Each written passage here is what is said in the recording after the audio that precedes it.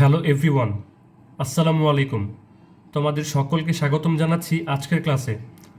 আজকের ক্লাসের বিষয়টি হলো লসাগু ও গসাগু নির্ণয়।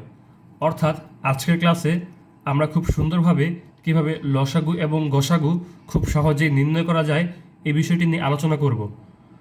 আমাদের অনেকের মধ্যেই লসাগু এবং গসাগু নিয়ে নানা রকম সমস্যা থাকে এবং এই সমস্যাগুলো আমরা ভালোভাবে না বোঝার কারণে আমরা সমাধান করতে পারি না।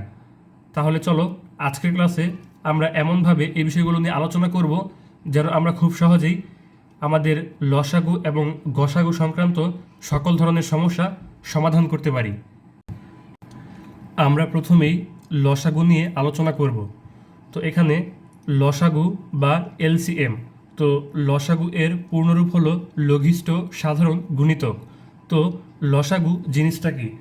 লসাগু হলো দুই বা ততোধিক সংখ্যার ক্ষুদ্রতম সাধারণ গুণিতককে তাদের লসাগু বলে।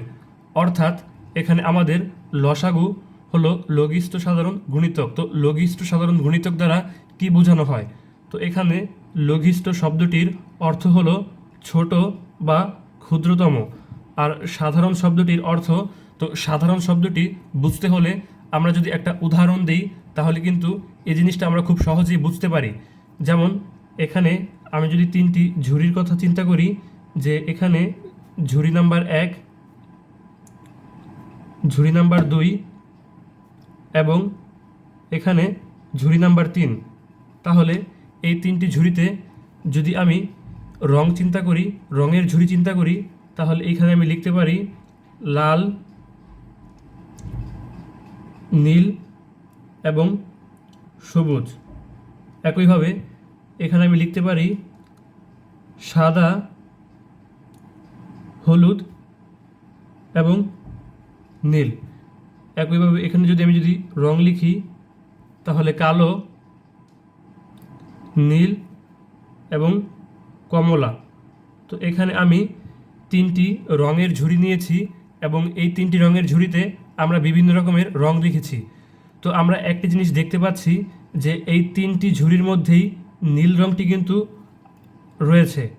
তো এখানে সাধারণ বলতে এই জিনিসটাই বোঝাচ্ছে যে সাধারণ দ্বারা বোঝায় যে আমরা দুই বা ততোধিক যা কিছু চিন্তা করি না কেন, এখানে ওই জিনিসটা যদি প্রত্যেকটা জিনিসের মধ্যে থাকে, অর্থাৎ প্রত্যেকটা জিনিসের মধ্যেই ওই জিনিসটা বিদ্যমান থাকে, তাহলে কিন্তু আমরা একে সাধারণ বলতে পারি। যেমন এইখানে এই তিনটে রঙের ঝুড়িতে নীল রঙটা প্রত্যেকটা ঝুড়িতে রয়েছে, তাহলে এখানে রঙগুলোর মধ্যে নীল রঙটা সাধারণ বা কমন। এখন আমরা যদি গুণিতক শব্দটি দেখি তাহলে আমরা গুণিতক থাকলে আমরা বলতে পারবো যে কোনো সংখ্যার নামতা, কোনো সংখ্যার নামতা, অর্থাৎ এখানে যেই কোনো সংখ্যার নামতা হতে পারে। তাহলে চলো একটা উদাহরণের মাধ্যমে কিভাবে আমরা খুব সহজেই লসাগু নির্ণয় করতে পারি এই বিষয়টি দেখে নেই। এখানে আমাদের প্রশ্নে দেয়া রয়েছে 2, 4, 8 এর লসাগু নির্ণয় করো। তাহলে আমরা প্রত্যেকটা সংখ্যার আলাদা আলাদা লসাগু নির্ণয় করব। তাহলে আমরা যদি লিখি 2 এর লসাগু, তাহলে আমরা জানি লসাগুর গু দিয়ে হলো গুণিতক, অর্থাৎ গুণিতক শব্দটির অর্থ হলো কোনো সংখ্যার নামতা। তাহলে এখানে আমরা 2 এর নামতা লিখতে পারি, যেমন 2, 4, 6, 8, 10, 12, 14, 16, 18, 20। আমরা চাইলে আরও লিখতে পারি, কোনো সমস্যা নেই। এখন আমরা 4 এর লসাগু নির্ণয় করব, অর্থাৎ 4 এর নামতা 4, 8, 12, 16, 20, 24, 28, 32, 36 এবং 40।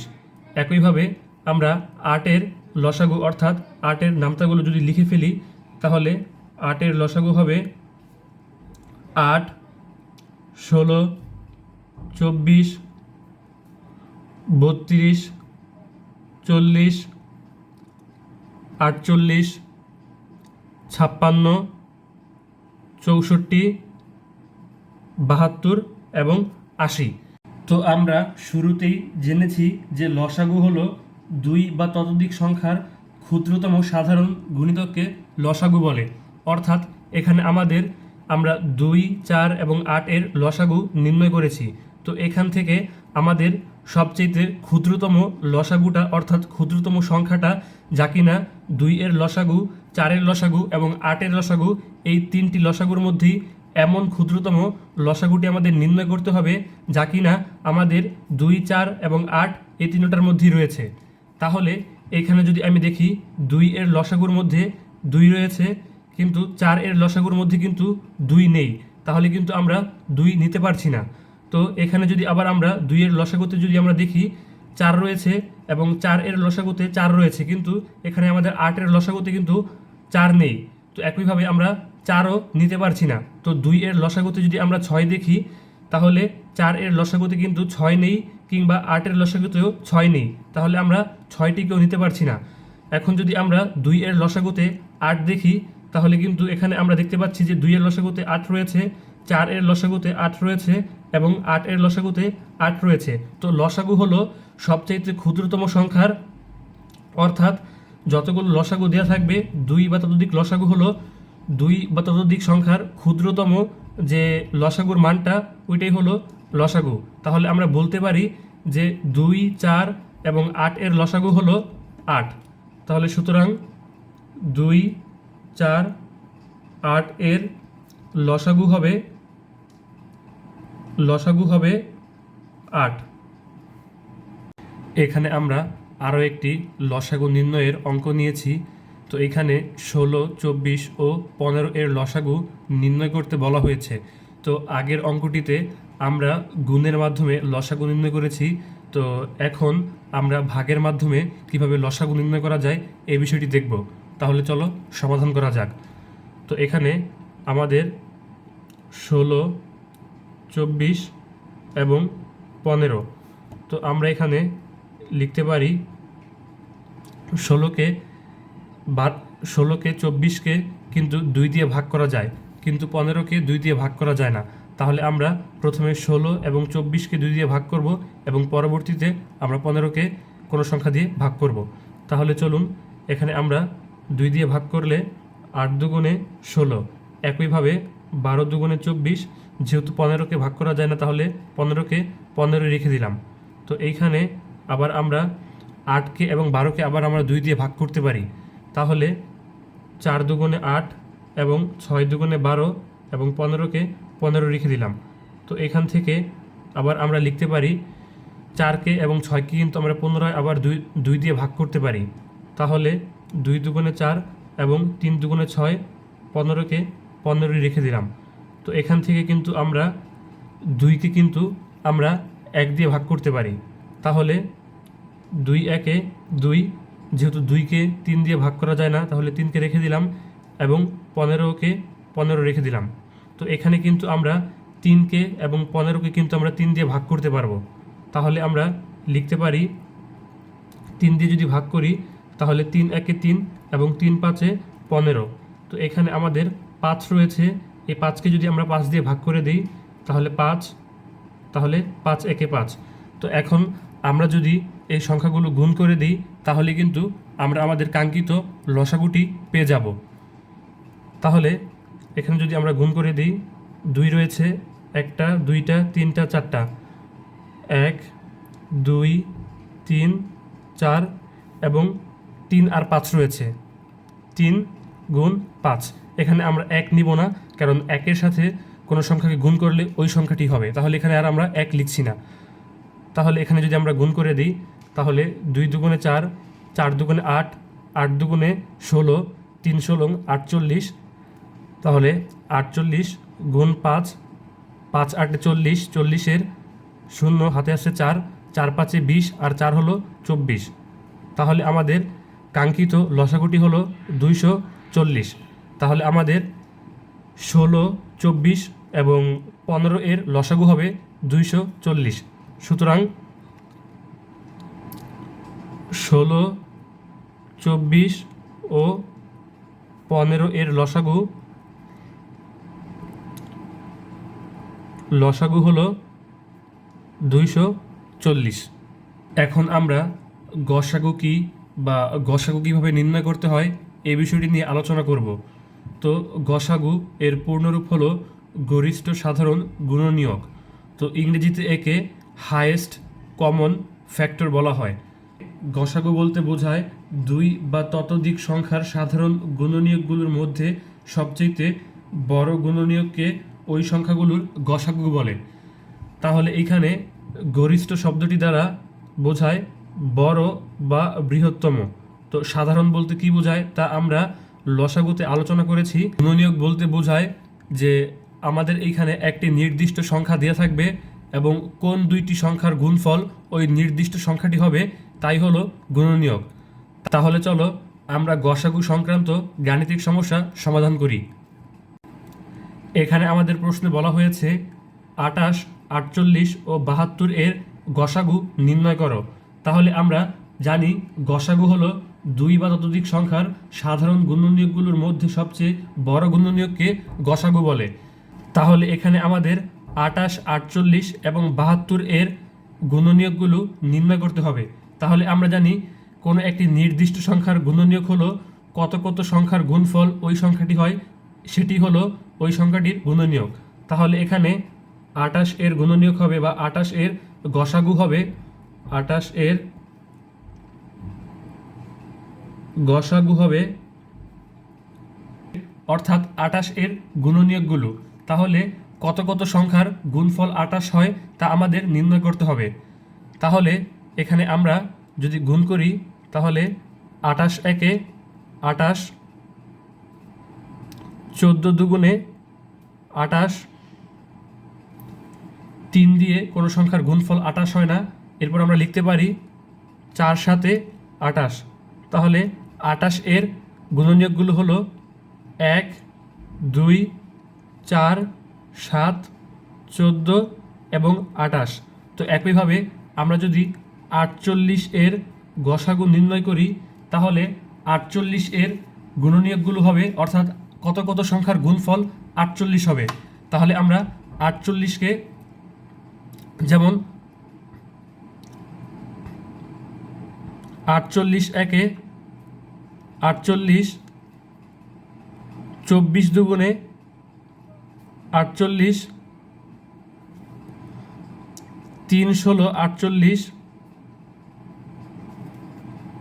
4 12 48 এবং আমরা লিখতে পারি 6 8 48। তাহলে আমাদের 48 এর গুণনীয়কগুলো হলো 1 2 3 4 6 8 12 16 24 এবং 48।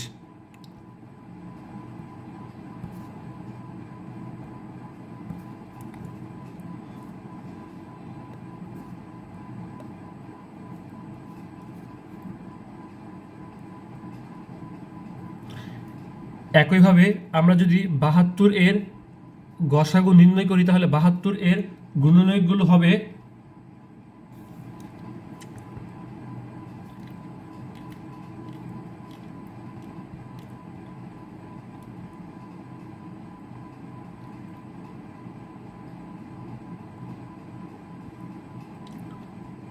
72 একে 72, 36 দুগুণে 72, 3 24 72,